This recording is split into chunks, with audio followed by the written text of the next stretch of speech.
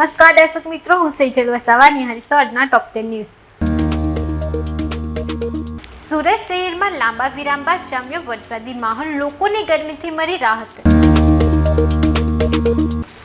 ઘોડા છૂટ્યા પછી તબેલાને તારા મારવા જેવી સ્થિતિ, લઠ્ઠાકાંડ બાદ પોલીસે 3 દિવસમાં 1 કરોડથી વધુનો દારૂ ઝડપ્યો।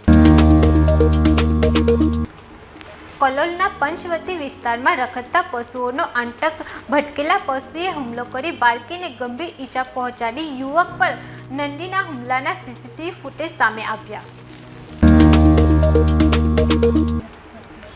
મહારાષ્ટ્ર છત્રપતિ સંભાજીનગરમાં હૃદય દ્વારા ઘટના, પુત્રને આઈફોન લેવો હતો, પહાડ પરથી છલાંગ લગાવી બચાવવા જતા પિતા પણ પડ્યા નજર સામે બનેલી ઘટના, આપઘાતમાં માતા પણ કૂદી ગઈ, ગણતરીની મિનિટોમાં પરિવાર ખતમ।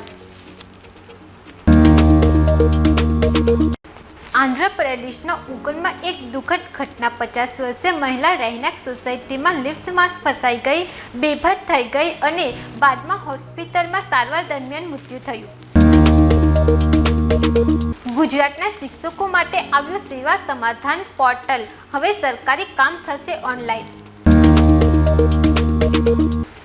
એસટી બસ ચાલકે મોપેડ ચાલકને ટક્કર મારી, નીચે પટકાતા માથામાં ઈજાના કારણે 6 દિવસની સારવાર બાદ યુવકનું મોત, અમદાવાદ બહેરામપુરાનો બનાવ। શર્ટ વડે લોખંડની ગિલ સાથે ફાંસો ખાધો, સુરત વરાછા બોમ્બે માર્કેટ નજીક ભિક્ષુ જેવા દેખાતા યુવકે આપઘાત કર્યો। અંકલેશ્વરમાં નર્મદા નદી કિનારે દશામાની પ્રતિમાનું વિસર્જન, 10 દિવસના આતિથ્ય બાદ ભક્તોએ ભાવભેર વિદાય આપી।